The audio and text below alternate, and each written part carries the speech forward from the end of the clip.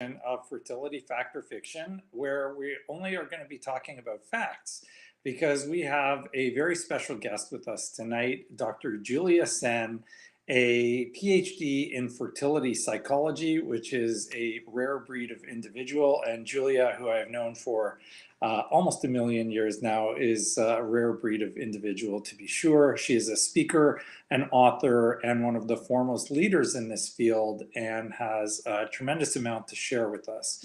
So we all know for sure that the fertility journey can be quite stressful and difficult, both in terms of personal impressions and sensations, interactions between couples, and then how they interact with their social circle and their family and so on. So Dr. Sen is going to be joining us tonight to help talk to us about how to make that path easier and how to cope and some mechanisms to deal with how you go through that roller coaster. So Dr. Sen, welcome to the show. Thanks, Dr. Victory. Although you can call me Julia and I'll call you Rahi. How about that? I will not be able to pull that off. I know. Yeah, we have known each other for a very long time now. So no problem. I will happily call you Julia and you can call me Rahi. So thank you so much for being on the show. Tell us a little bit about your practice and where you're located and kind of what you see on a day-to-day basis. Totally. Absolutely. It is a little muffly, Rahi. I'm not sure what's happening. It's a bit choppy. Can Okay. I'm not sure. Can you hear me now? It's staticky for me. I don't know if it is for anybody else. I can hear you clearly. Let's see anything different there. Is it easy to hear? I can handle it, but it's a bit staticky. So I wasn't sure if it was happening for everybody. Okay. Tarek, just text me if everybody on the outside can hear us well, and I'll know. So go ahead. Tell us a little bit about your practice and how you do things and kind of what you see on a day-to-day basis. Totally. Yeah. So I've been a psychologist for several years, and actually because of you, I decided to go into the fertility world. I have my own fertility journey, but really you sort of, you saw the need and you told me to look into it and look into specializing in it. So I did. And now we're here. So the practice has been fertility based my entire career and has converted into some parenting as well as the fertility clients have had their children, which is amazing. And my practice is now all online actually. So I'm in Toronto. Yeah, but I'm completely online since the pandemic hit. And so I've been able to maintain that, and it's been actually really helpful because I can access people from all over Ontario now, where before physically it was not that easy to get to me in Toronto. So right. This is actually really helpful. So that's what I've been doing: full-time private practice, fertility, and then parenting, and doing some group transformation programs now as well. Oh, wow. And what are you doing in the group transformation programs? So there's some work on the inner child that I do, because there's a lot of trauma in all of us. And when I work with my fertility clients, it's really helpful to kind of get to the root of things as well. There's obviously what's going on right now, and then there's the triggers that it activates from our childhood. And so helping to heal that. So I have a group transformation program for that a lot of my fertility clients go through and find really transformative. Wow, that's amazing. So I know one thing that is on probably everybody's mind out there, and is definitely one of the questions we get asked the most, is how to cope with the 2-week wait.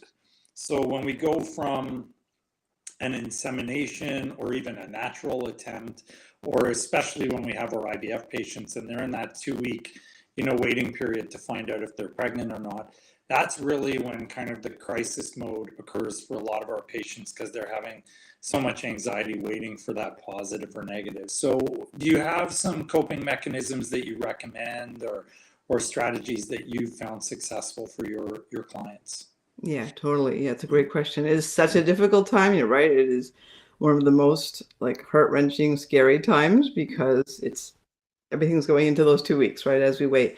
That's probably one of the most important times to use distraction as a good coping mechanism. Normally, I don't agree with distraction, but during those 2 weeks, distraction is actually really helpful. So engaging in things that you like yourself, like the human you, not the one who's trying to become a parent, but actually just you. What do you love? What do you know?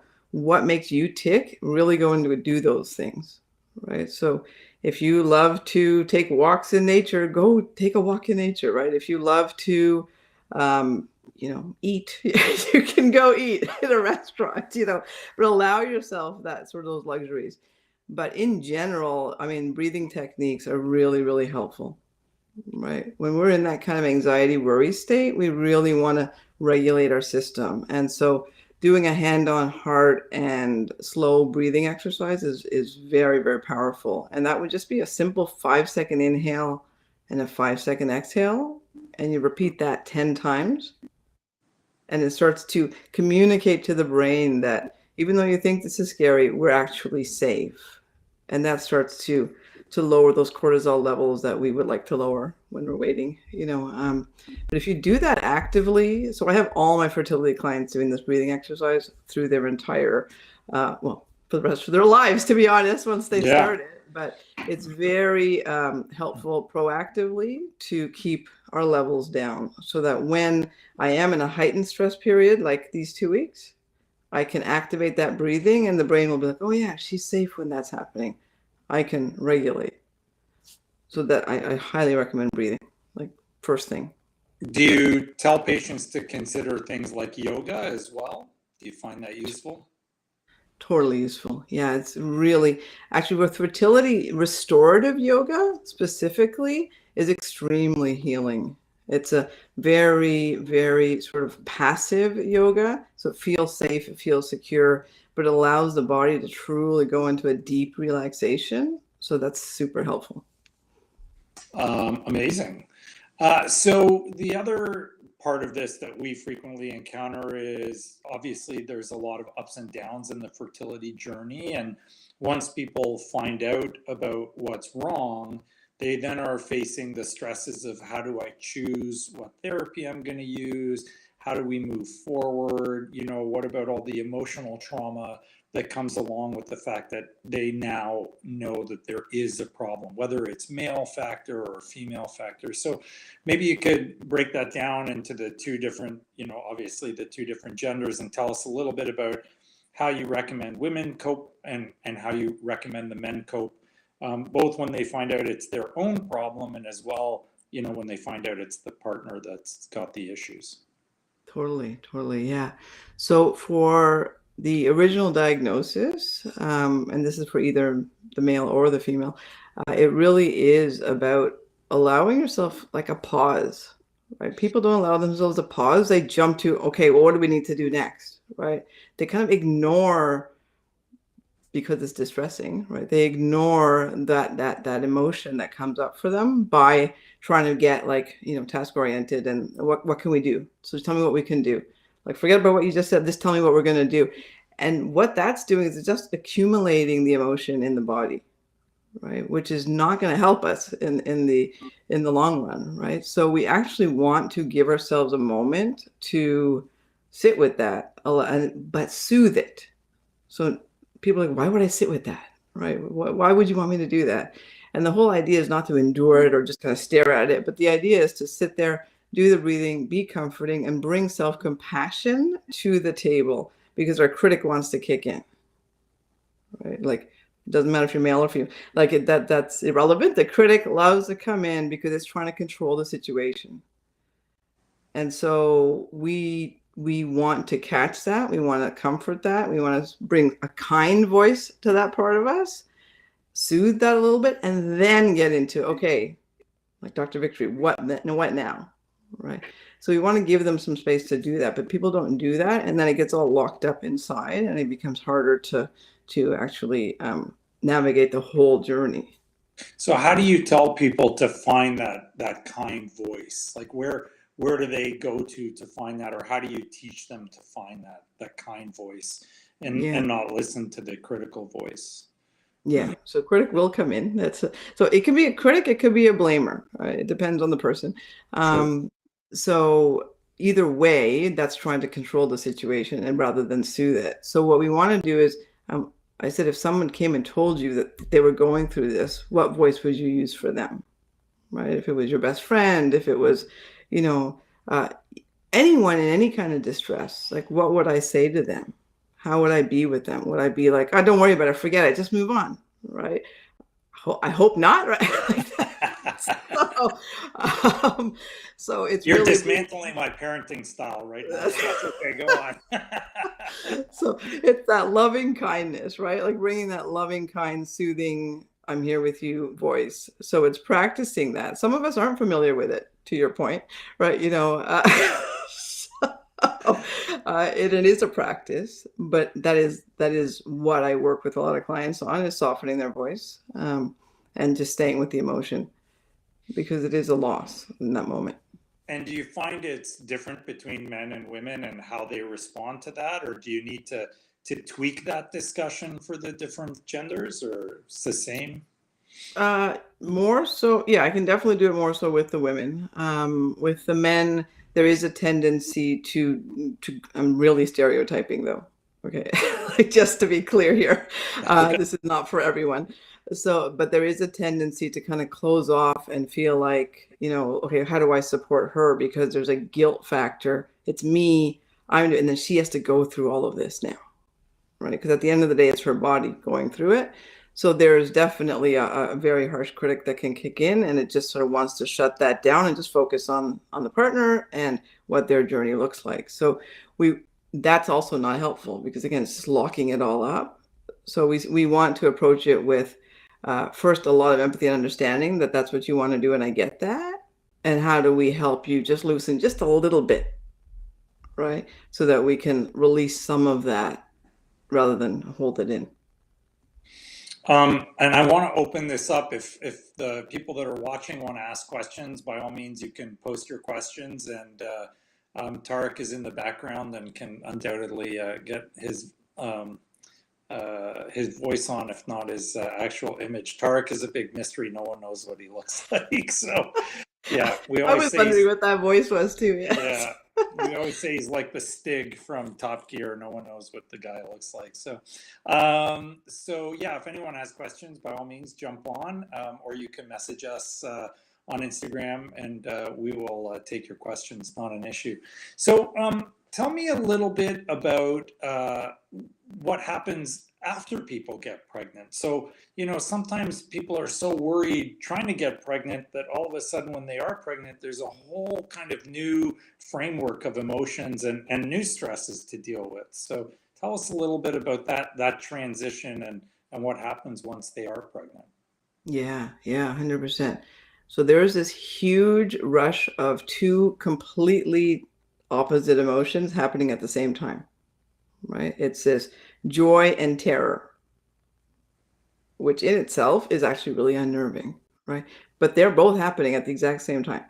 And so this is it actually really, really has people confused, and then again, that critic kicks in. Is typically what ends up happening, right? What's wrong with me? Why I should be so happy? I spent the last 5 years doing this, and I finally get, these sorts of words come into their mind, and then of course they end up becoming more and more stressed, and the joy is gone at that point, and all it is guilt. So I want to normalize that. Like, I totally understand that, right? That I should be so happy right now. Why am I terrified? Right. Right? Like, that's really, I should be, shouldn't I be? Like, what's wrong with me? Right? That's the most common voice that I hear in the office. Is like, there's something wrong with me. I don't know why I can't be happy. Shouldn't I be happier? So there's a huge pressure that we put on ourselves that is that, again, we have to bring self-compassion to. Right? That, yeah, I get that. I get why you're feeling terrified. And yeah, you may not actually feel super happy through this pregnancy, and then we have to grieve that loss. So there's a complicated process here, in that we have to accept that I may not be able to be super happy during this pregnancy, and then grieve that loss of that dream of how I expect it to feel when I was pregnant, which is no longer true. Right? So yeah, it gets a little complicated in that part. Yeah, I've that's really astounding because I never kind of thought about the fact that people have to grieve with the fact that they're pregnant now because we're so excited for them. We've tried hard and we help them get there. And then once they're there, you kind of figure, hey, this is great, everybody's good. But I never thought about it that way because yeah, with the element of the terror and the anxiety that's there, it's not always going to be a happy pregnancy for them until they're actually holding the baby. And so, Exactly. yeah, I never thought of it that way. So thanks for really shedding some light on that. That's huge for our patients. Yeah, and I Um, want to just say one thing on that, Rob, before we move. It's really important. So being a therapist who does fertility work is very different because a lot of therapists will work on CBT or cognitive behavior therapy, and sure, that would mean you're distorting your thinking. Is it really that bad? I mean, I'm really trivializing it. CBT is fantastic, but not for fertility, right. right? Because this is valid. What you're feeling is valid. You're not catastrophizing. You've had evidence of a very difficult journey, right? So I'm not just being difficult or thinking negatively. It's from evidence, right? And so we want to be conscious, again, that self-compassion piece that, yeah, I get why I'm feeling this way. And what do I need to do to help myself is a good question, but not dismiss how I've been feeling because it's totally valid. And is there something partners can do to support one another with that whole element of the joy and the terror, and then that grieving of the loss of maybe the happy, pregnancy? Yeah, honestly, joining is the key. The biggest thing that I see with fertility is I don't feel like my partner's in it with me. Okay. Right? So it's very, very common, and they're trying to stay positive and then toe the line, and but really they don't want you to stay positive. Like the women don't want the men to just stay positive in the heterosexual couples. They need them to get it. Right. And then you can be positive, right? So it's first, like it's an empathy first. I see you, I hear you, I know how hard this is. I'm with you, I get it. A hug if they want it, that kind of idea. And then you can start moving into more of a positive outlook. So just kind of an acceptance of what's going on first to acknowledge that it's there, kind of acknowledging the elephant in the room, so to speak, and then moving forward with, hey, how do we move around this? That's right. And do you have much experience, or do you have an opinion on how this differs? Because you mentioned heterosexual couples. Is it different for our same-sex couples? And then, of course, is it different within the female-female or the male-male, or is it still sort of the same circumstances? It's only the same if the couple is going through a fertility issue. Sure. Right. So utilizing fertility is not going to be the same issue, right? Versus I'm actually having fertility issues myself, then Okay. all the same rules apply, right? But if I'm seeking it out because obviously I can't do it without the assistance, then it's not as relevant. It's a different dynamic in that Yeah, situation. Sure. exactly. Yeah. Sure. Okay, amazing. So, oftentimes we find, once you are pregnant, that, once you get past the pregnancy, there's still that anxiety even after the children are born. Are there other coping mechanisms at that point? And again, like, where are the dynamics between the couple, if there is a couple involved, and how do you build that support once the baby's out? Like, is there a point at which you have to say, hey, it's time to be okay with this now, it's time to be happy? Or do you continue with that kind of support and just hope that eventually it's going to kind of blend out and fade away?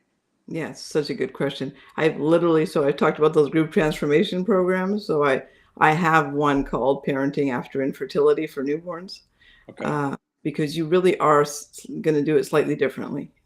And if you think about this with compassion again for yourself, you've been going through this journey of trauma and loss and dealing with grief and anxiety, like you said, and anger and frustration, and there's also a wiring to what's next, right? That's what okay. Even if I took time to grieve it, I'm still ultimately going to say, okay, so what's next, right, till I can get this baby. So now my brain is wired to be a what's next person. And when we're parenting a newborn, it's not about what's next. It's about being right now, right? It's about engaging with the child. It's about being present and mindful. And we kind of lost that because the journey is what's next. I mean, it must be the biggest question you're asked. What's next, Right. right? Yeah. So yeah, so that's something to keep in mind, that unless we sort of acknowledge that that's what I've been wired to, once I acknowledge that, then I can start to slow myself down and rewire to being mindful so that I can be present with my baby and not feel this anxious what's next and hypervigilance that can obviously naturally come. Right.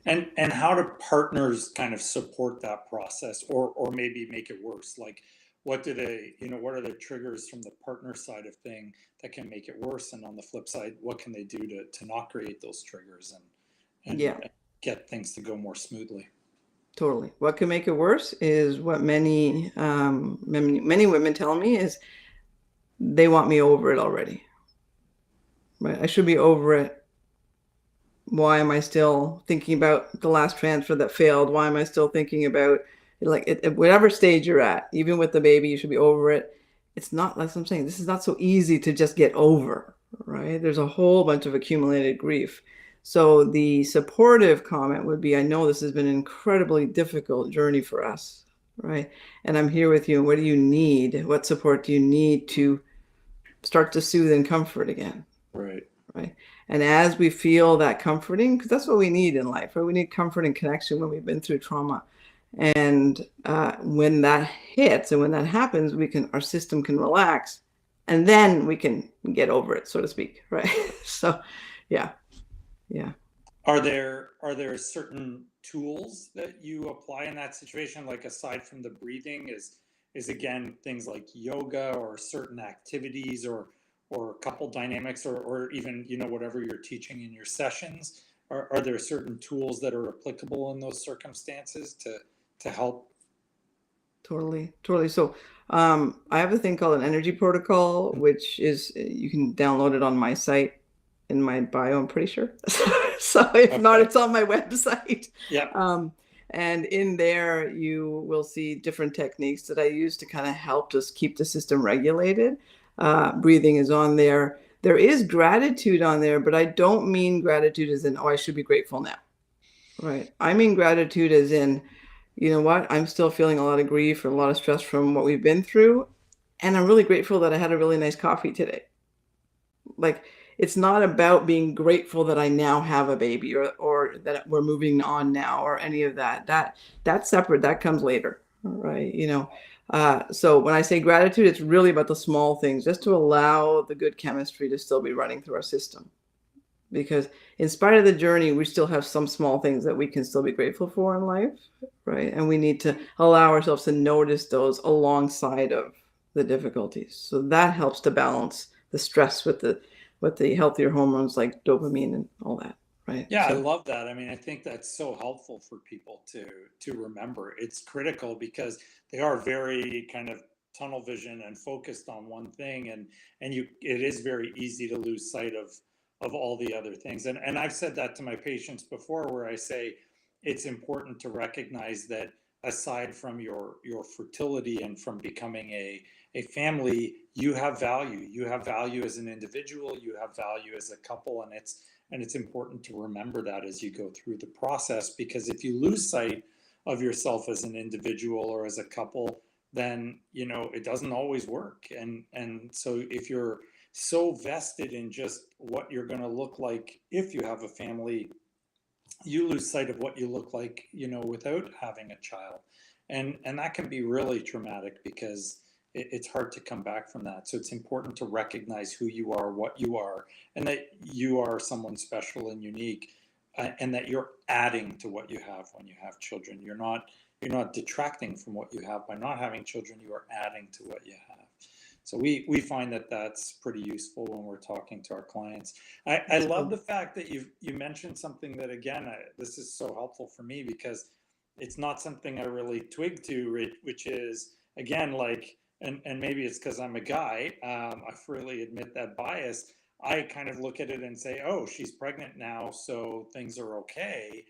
Or even has a baby now, so things are okay. But you mentioned something really interesting, which is there are people that are still looking back and saying, well, I lost an embryo at an embryo transfer, or, why didn't that work? And there's still some guilt and probably some anger and frustration that lingers and carries through. So is there a specific tool set that you apply for that circumstance, or is it kind of still the same operations that you recommend that you've talked about already? So specifically for what you just mentioned, I ask people to, and they don't like it, okay, but I ask people to set up a space, and I call it a grief container, or that's what we use in the field.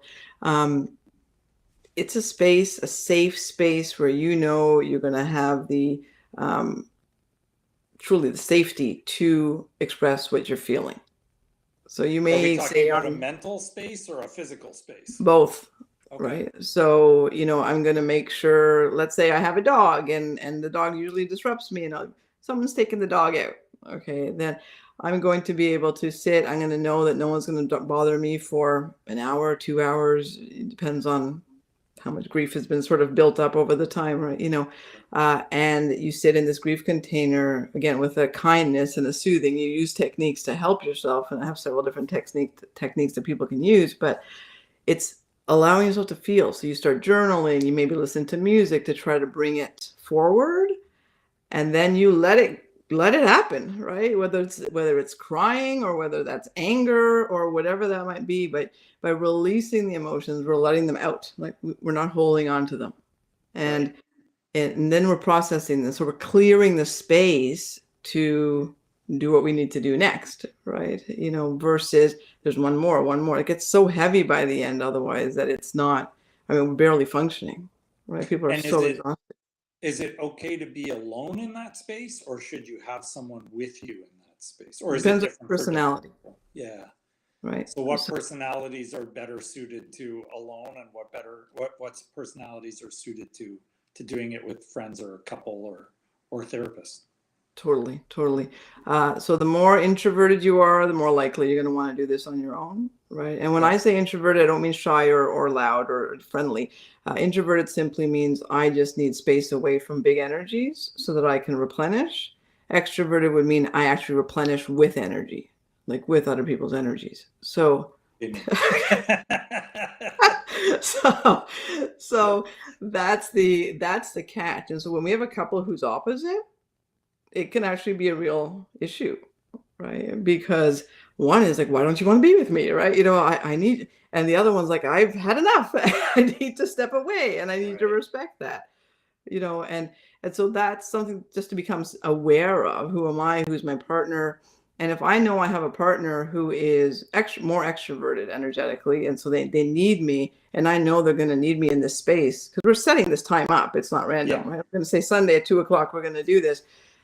If I am the partner who's introverted and I know my partner is going to need me there as she does this, let's say, uh, I need to go and take my own time before Okay. so that I'm replenished.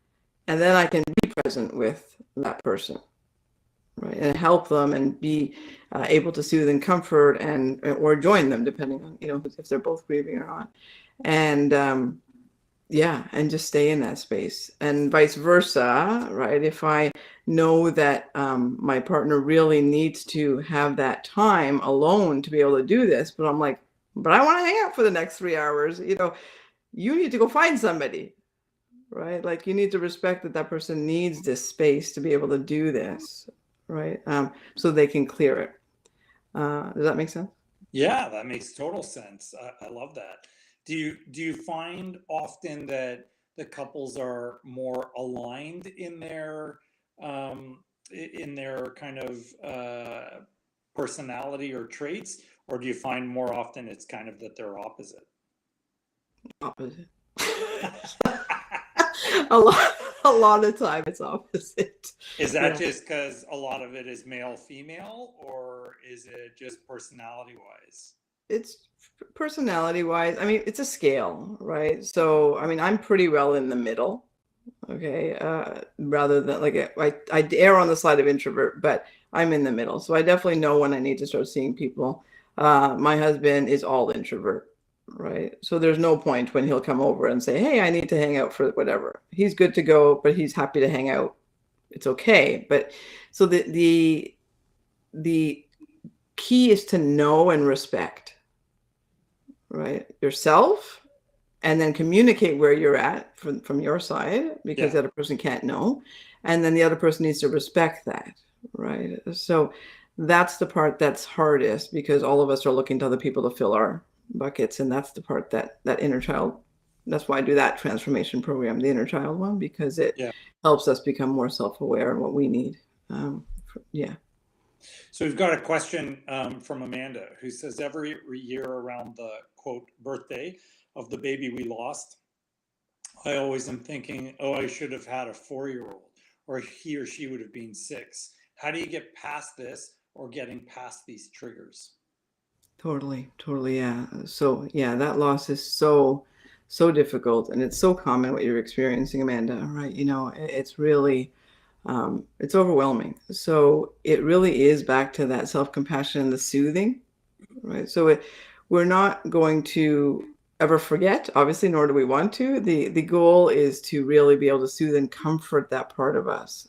So when the anniversary comes around, or whenever there's a trigger, it's I mean, you can do this technique if you want, but you would put your hand on your heart space and gently sort of push down on your heart space, and you're sort of activating the vagus nerve.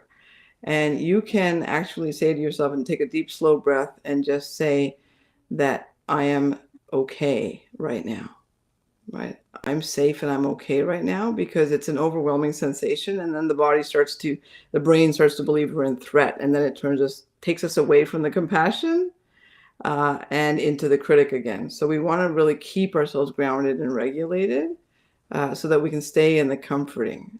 And that's the day I would do a grief container, to be perfectly honest, right? Like we want to allow and honor our valid emotions.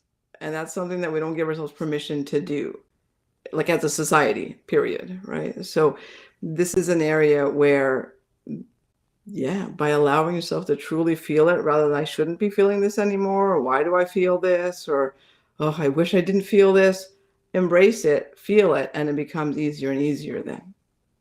Yeah, I think there's a big difference between trying to turn off emotions and thoughts versus accepting them, confronting them, and then finding a valid mechanism to deal with them, or cope with them. And that's, you're never going to get rid of thoughts of loss necessarily. So it's more a position of learning how to cope with them and learning how to deal with them, so that they don't have as much of a negative impact as they otherwise would. I think it's just kind of Totally. minimizing the trauma versus eliminating the trigger. Does that sound right? Yeah, we cannot eliminate the triggers. It's impossible, right? You just turn around and there's a 6-year-old. I mean, you can't not see that, right? So it is that I'm going to look at it, I'm going to face it, and I'm going to soothe it. So I don't want to endure it. I want to be really clear. It is not about just sitting in it and sucking it up or toughing it out. It's about soothing and comforting it so that it processes. And the best quote is by Dr. Les Greenberg. He's a psychologist at York here in Toronto. And he said, you cannot leave a place until you arrive at it. Oh, Right? that's brilliant. Isn't Yeah, it? Yeah. sure. It Yeah. floored me when I heard. I'm like, that is That is a so. very powerful statement. Yeah. Yeah. Yeah. Now my wife is going to use that against me to make me take her on traveling more, but I get it. Psychologically, that is very, very powerful. Again, I never thought about that, right? So Yeah. that has a lot of resonance for our patients.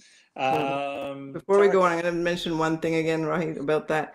But the grief container, because I don't want to put that out there to people, and they're sort of, I can't get out of this now. I'm in it. How do I leave it? Right. So yeah.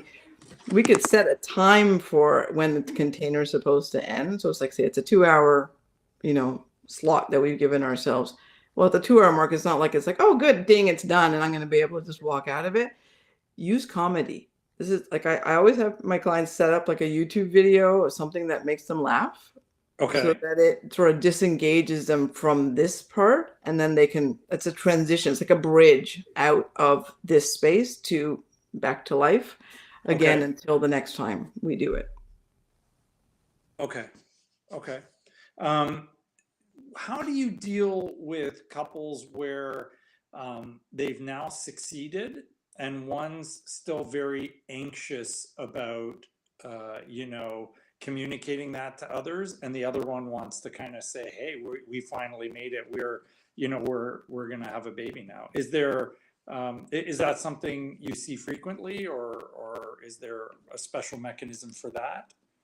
Yeah, it happens, frequent or not. I mean, it's average. I mean, definitely there's some, they're on slightly different tracks or different pages in terms of the excitement of wanting to let people know and who to let know, and when am I letting them know, and that sort of thing. So the key is for us to talk to each other, right? Really actually talk to each other. And then there's a really neat technique. It's a compassion technique. And basically what you do is you get one person to speak for 3 minutes and the other person just listens. Like nothing, no words can be said by the other person. And then the person who is listening takes a minute to reflect back what they heard. Right. So you have to really actively be listening to what the person who's talking for Right. 3 minutes is saying to be able to summarize and come back. Okay, this is what I hear you say. Right. We're not doing rebuttals. We're not saying yeah, buts in our head. We're really staying in the moment with them, really listening. Right. Nobody does this. So it's actually difficult to do. Yeah. And then when that's done, we flip. And then the other person has 3 minutes to share their feelings, right? While the other person listens and then reflects back for a minute. And now we truly know each other's stories, where we are, what we're feeling, what's going on for us, because 3 minutes is a long time. Yeah. And then we can come to figure out what is that medium ground that will respect both of our needs, right? Because there's not one right or wrong. Right. Right. What's something that you find, the majority of couples could do a better job at on their own, like not necessarily having to find fertility therapy, like therapists, so to speak, but is there something couples can do, routinely that will make the journey easier for them? You know how you said be your own self first? Yeah.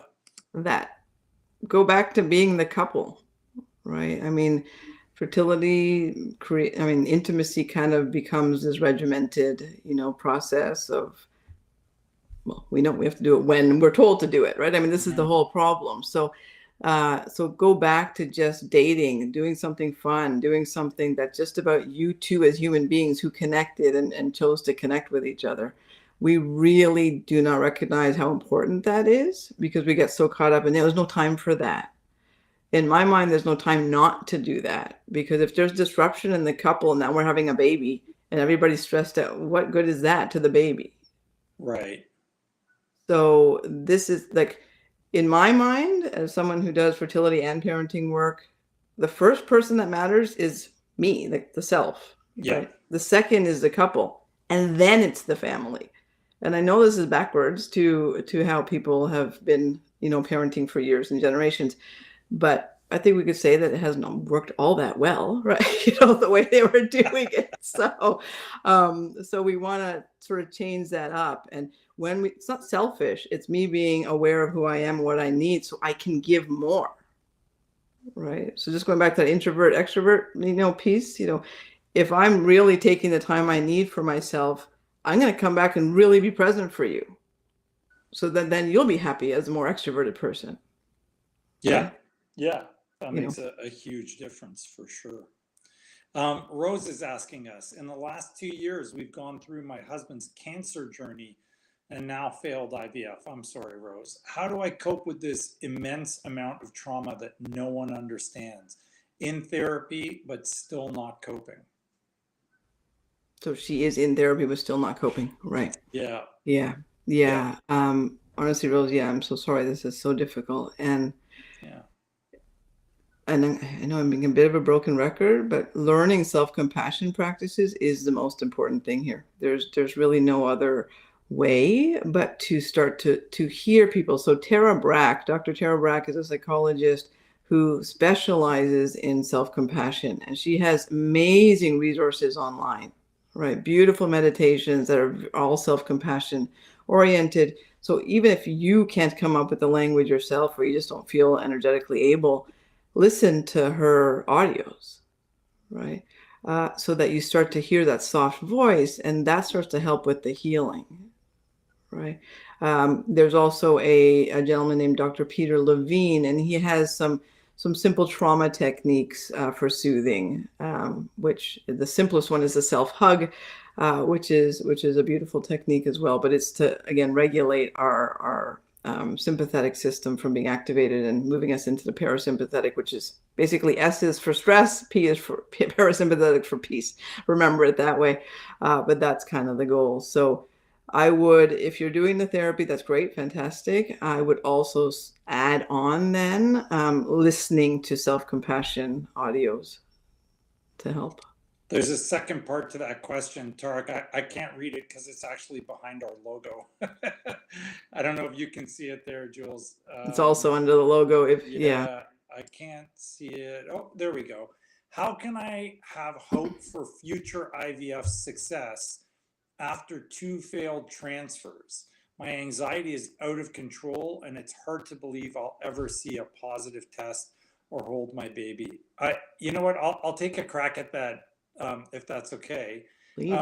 I definitely think that, and this is going to Rose directly. I definitely think that there is always hope. There are very few instances in infertility where we can't find a path forwards. It may not always be the path you envisioned, but there is typically some path forward for patients. So it's very rare, very, very rare, where I tell people that there is just no hope for them. So I definitely want you to walk away from any interaction you have with whatever fertility specialist feeling hopeful that there is at least a path for you and options. There are always choices. There are always options. So I don't ever feel like you should walk away without hope. There are different doctors, there are different centers, there are different labs, there are different techniques. And so there's always approaches that are available to you. It's truly rare that we tell people there's just no hope or no success, but certainly I would defer to my expert colleague and friend here. So Julia, what would you say to Rose? Like, how does she deal with that out of control anxiety? Totally. So I agree with you completely, right, around the hope, right? I think it's about being open to, as you said, alternate paths, right? That versus it has to be this one way, and starting to flex that muscle of being a little more open, right? To it may not look exactly, it may, right? It may look how I want it, but it may not. And the reality is, if you're already doing IVF, Rose, it's not the path you envisioned, right? Nobody goes on this envisioning a path of fertility at all, right? So you've already learned to adapt to and started becoming flexible. So keeping that in mind, that you've already grown there and you're capable of that. And so keeping that as a hopeful sort of stance, that you will become a parent with the open mind towards that path. And while you're going through that, this speaks to the grief, right? You know, I've had 2 failed cycles. Have you taken the time to be kind and loving to yourself that was incredibly hard? Or are we just caught in that was horrible, that was horrible, that was horrible, right? If we're just staying in the horrible without using kindness and love towards ourselves, then yeah, we're going to get stuck there. So we want to use the grief container in a safe way, so that you can release that, process that, and then the hope starts again. You're clearing a path for a bit more hope energy, right, Sure. by doing, right? Yeah. So we have a private question, which is, any tips for dealing with OCD while going through infertility? Wow. Yeah. Full-on OCD is challenging, especially because now we are adding a journey that in itself kind of forces OCD behaviors, right? Not clinically, but it has that sort of hypervigilance, and things have to be just so because I want to make sure that it works. So in this situation, I would become very, very self-aware as to, is my OCD getting worse? And if it is, consulting with your doctor or a therapist around that so that you can really, so that you can really sort of nip that in the bud, because we don't want that to get over. Anymore. Yeah. Yeah, exactly. But yeah, I would, if you're feeling like it's getting worse, definitely seek extra intervention. Okay. Yeah. Okay. So Amy says, sorry, I joined late. Originally was dealing with male factor. I'm 36, husband is 37, who had dragged his feet for years, if not being ready for kids. To when reading and finding out he has Male factor, I think. well, I think male, it's male. yeah. I have a deep feeling of anger and I can't let that go. So yeah, that's a good point, Amy. So how do you deal with the fact that sometimes people are angry about what happened before? Yeah, totally. And that's completely valid. I get the anger, right? And I guess the question for you so the ultimate goal is to get to a compassionate place and then a forgiveness place. Mhm. Ultimately, right? Not Sure. yet. Right? Yeah. So, but that's the goal, because he didn't wake up in the morning saying, I'm going to make, Amy's life difficult and I'm going to delay this, right? That wasn't, I'm sure, a thought in his mind. So we want to recognize that no one's doing these things on purpose. And so can I come to a place of, again, releasing that emotion? So it was valid anger. Write about it, journal about it, speak it out loud. You can yell at him if you want to, but I mean, I'm sure he's heard it already, but it's really more about allowing yourself to express your feelings, your feelings. So there's a very big I feel, not you did, right? The how could you do this part is very, very challenging, because that just perpetuates your negative emotions when I complain about or yell at someone else. But if I allow myself to feel, then so you're saying, is this the same? Yeah, I find myself crying almost daily, like I'm crazy. Yeah, so you're not crazy, Amy. I totally understand that. Again, the soothing techniques, we have never learned how to soothe the distress. Okay, we're not taught that as little people. And some of us can overregulate and then we think that we're soothing, but we're not. We're just sucking it up. So, some of us are underregulated, right? And so we never learn how to soothe and bring kindness to ourselves.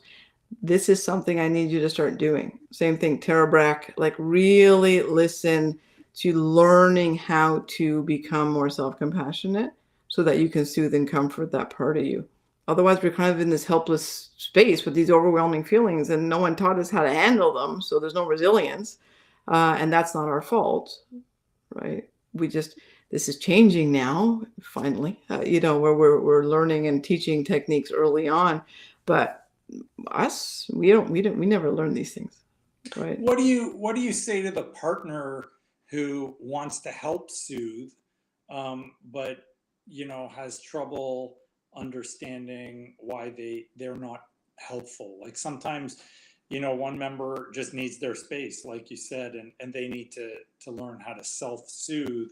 And oftentimes the partner feels kind of helpless because they want to assist, but they're almost sort of being shut out from that process.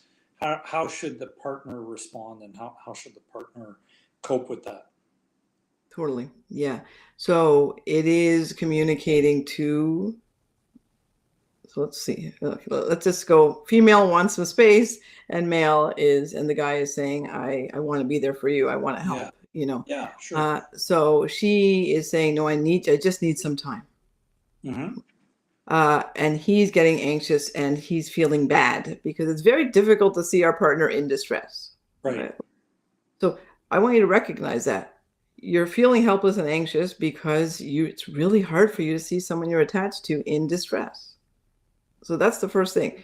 It's like an attachment panic kicks in from when we were little kids. And we feel like there's a threat in our system when our partner is having a sad face or having an angry day or whatever that is. So that is first acknowledging. This is why the inner child work is so important, actually, right? So but it's really about acknowledging that I've been triggered right now. She's an adult. She understands that she needs space. I need to respect that that's okay and that we're safe. And I would go back to that in that moment, that vagus nerve when I talked about. So putting your hand on your heart for a bit of pressure, and I am safe and okay, right? And you can add, in this case, I am loved as well. And this was something I saw through Mel Robbins, who's a very interesting personal growth person. But yeah, so I would activate that in a situation where the partner doesn't want to be, comforted, and they need it to be done on their own. And then, yeah, soothe yourself knowing you've been activated and that it is hard to watch your partner in pain, right? No doubt. And we have to respect what they're saying. So comfort yourself that way. Is there a time where, and I don't know the answer, so I'm asking for my own learning. Is there a time where it becomes more pathological when they persistently isolate?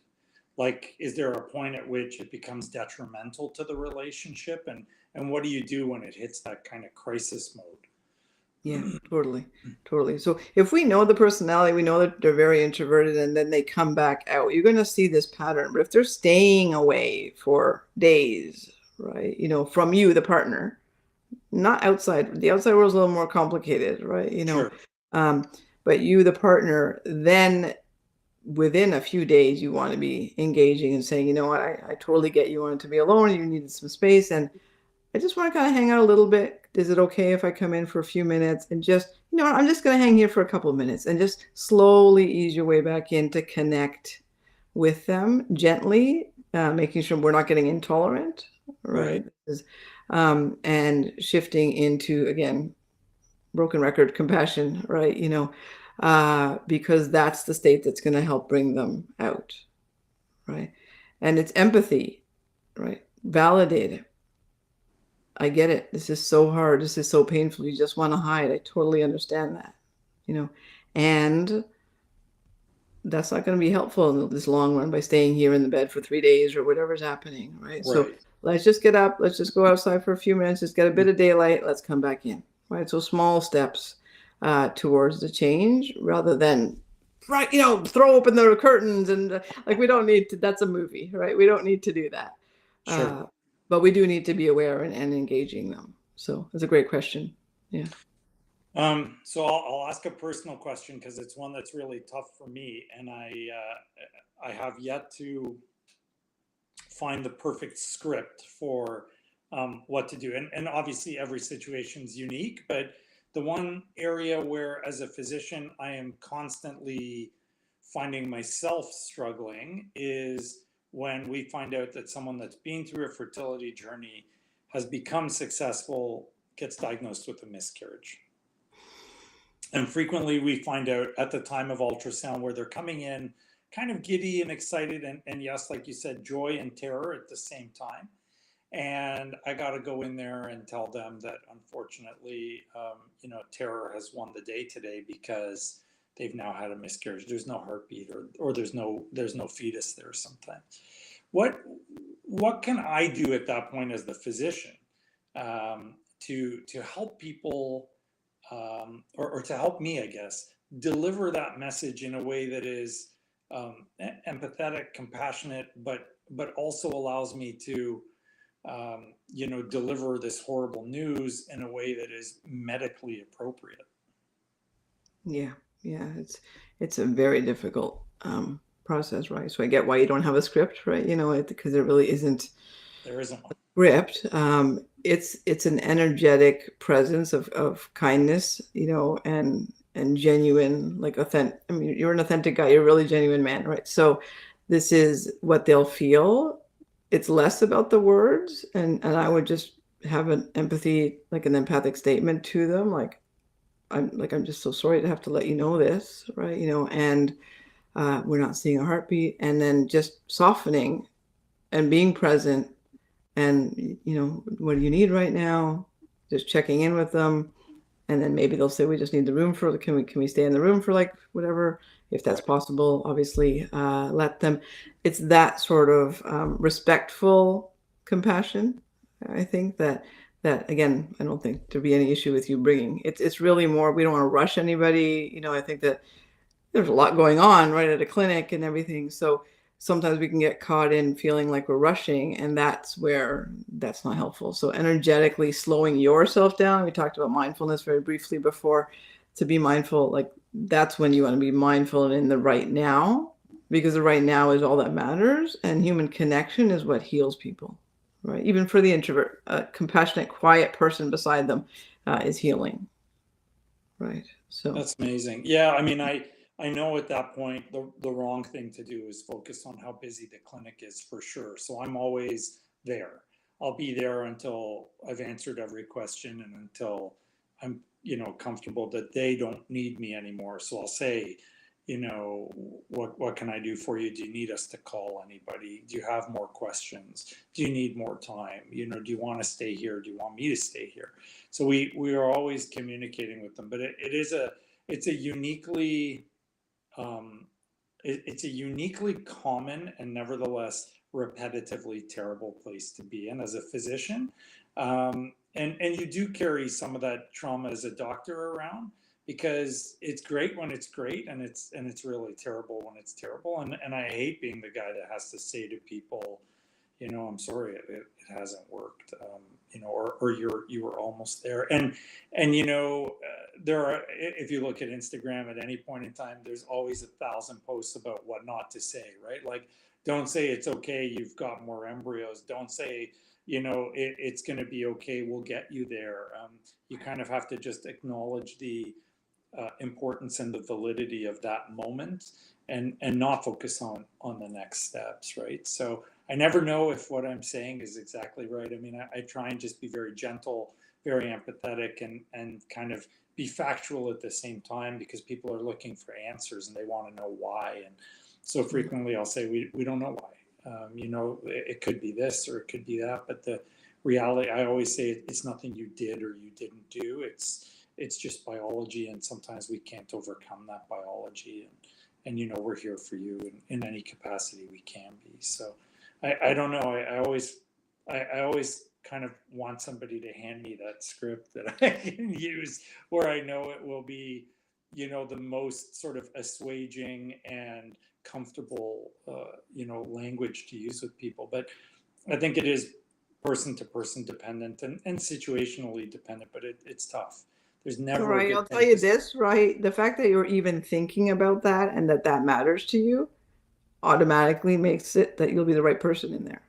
Like, Well, thanks. you're already thinking, like, that's such a beautiful thing to be thinking about, right? That you're showing that kind, like, that you want to do right by them, which is just so beautiful. It's just that action alone is gonna, that's what you need, right? So you're good. Well, it's Yeah. amazing. Thank you. I appreciate that. And Well, don't listen, forget to grieve yourself, right? Right. We don't uh, like the healthcare worker. I mean, it's important to acknowledge you're also, important in this. So, yeah. yeah. What was the term someone put to that? It was something by proxy, like not grief by proxy, but um, caregiver fatigue, so to speak. That's common, right? And emotional trauma that we get from dealing with what we deal with too. I'm generally a pretty happy guy, so I've got my own mechanisms to cope, but there's no question that there are moments where it's hard, and it kind of grinds on you for sure. Well, listen, this has been super, super helpful. So thank you so much for joining us. I am sure we will have loads of people asking to have you back on. So you never know, we might have to make this a regular thing, and jump on and answer questions for people. So the amazing Dr. Julia Sen, now available to everyone everywhere online. Do you do international patients as well? Or is it just Canada? I can only do Ontario right now because of my license. Okay. Yeah, Okay, psychology Ontario is only. Ontario Okay. only. Yeah, unfortunately, right now that's what it's going to be. But yeah, but thank you so much for having me, Ryan. You're amazing as well. Like, clearly, such a compassionate, amazing human, and everybody is so lucky to have you. So Yeah, so thank you for having me. And yes, would love to do it again. That And if sounds great. people want to contact you, what's the best way for them to do that? Yeah, you can follow me on Instagram, so you have access to that just at Dr. Julia Sen, or you can go right to my website, and then my email is just simple, drjuliasen@gmail.com. So Okay. if there's something, And I and won't do what's therapy over email though, just to be clear. It's like that's not an option. of course. So yeah, What is your website? it's drjuliasen.com. Okay, perfect. Yeah. Well, we're getting a whole bunch of people saying thank you. So thanks Oh, everybody for thank you. watching. We will definitely have the amazing and talented Dr. Sen back on. Thank you for your incredible insights. And I'll look forward to seeing you again soon. Have a great night. Thanks, Rahi. Thanks, Okay, everybody. Take take care. care. Bye, everyone. Bye. Have a good night.